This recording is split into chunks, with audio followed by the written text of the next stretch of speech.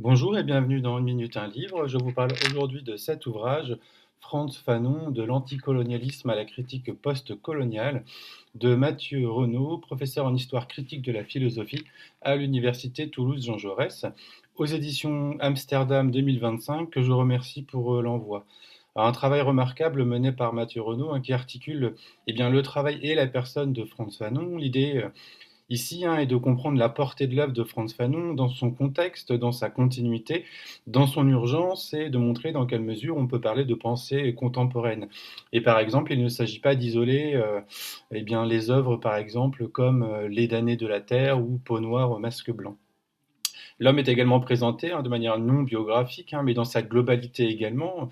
Fanon comme pensée en acte et non comme une icône figée, et donc dans une vision non réductrice, ce qui a pu parfois être le cas.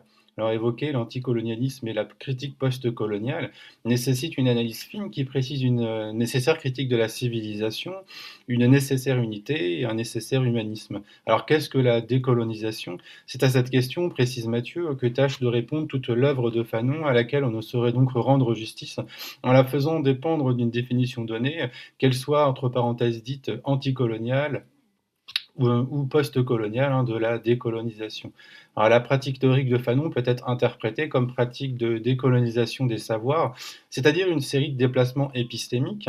Il s'agit donc de repenser le regard regardé pour l'Europe, de prendre ses responsabilités de ses crimes, de se décentrer pour l'Occident, de prendre conscience des conséquences des politiques coloniales et de repenser, bien évidemment, le contrat social. Sa critique de l'Europe porte notamment, alors non pas sur ses valeurs proclamées, mais vraiment sur cette question de trahison systémique.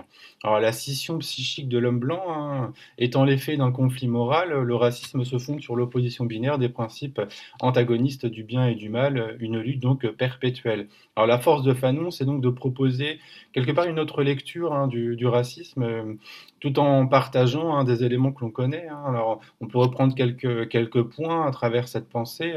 Donc le système hiérarchisant de domination, bien sûr, l'effet du regard racialisant comme fixation, et on pense ici notamment à l'héritage sartrien, pardon, mais retravaillé par Fanon.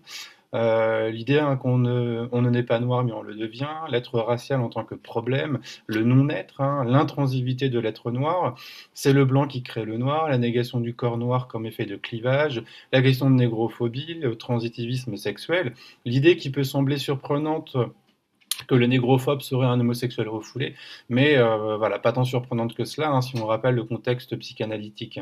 On retrouve également la question du renversement de stigmate, en lien bien évidemment avec le travail de Sangor et le concept de négritude. Et d'ailleurs, Fanon soutient la négritude comme moment stratégique tout en refusant qu'elle devienne une ontologie raciale positive. Alors Fanon évoque aussi le concept donc de transitivisme comme critique du schème colonial et qui signifie, je cite, une parfaite réversibilité des positions du moi et d'autrui, confusion de ce qui est de l'un et ce qui est de l'autre, et que révèlent, outre la projection, ces mécanismes introjectionnels que sont la participation, le mimétisme et la sympathie. Alors le transitivisme s'offre ainsi comme négation intime du binarisme colonial, c'est la ruse du manichéisme, et on observe bien ici une manière de penser la réversibilité contre la logique du double colon-colonisé. Alors décolonisation signifie pour Fanon abolition du principe civilisationnel de scission, fin du schème colonial du double. Alors, en revanche, sa position concernant la violence est plus ambivalente, qu'il envisage comme remède, catharsis, un humanisme qui requiert encore des violences, tout en précisant que le racisme, la haine, le ressentiment, le désir légitime de vengeance ne peuvent alimenter une guerre de libération. Alors, il n'est pas un apologiste de la violence, mais le fait est que, je cite aussi, que sa théorie de la violence émancipatrice ne lui permet pas de concevoir les conditions d'une fin de la violence, qu'il appelle pourtant de ses voeux. On peut donc y voir une pensée en quelque sorte contradictoire. Alors Fanon croit en un humanisme, en appelle au principe de l'unité indivisible et à une politique des droits humains, à une théorie de l'émancipation. La lutte contre le racisme est aussi une lutte contre la symbolique européenne des couleurs. Donc lire ou relire Fanon, c'est s'interroger sur les conditions d'un humanisme véritablement universel et qui reste encore possible.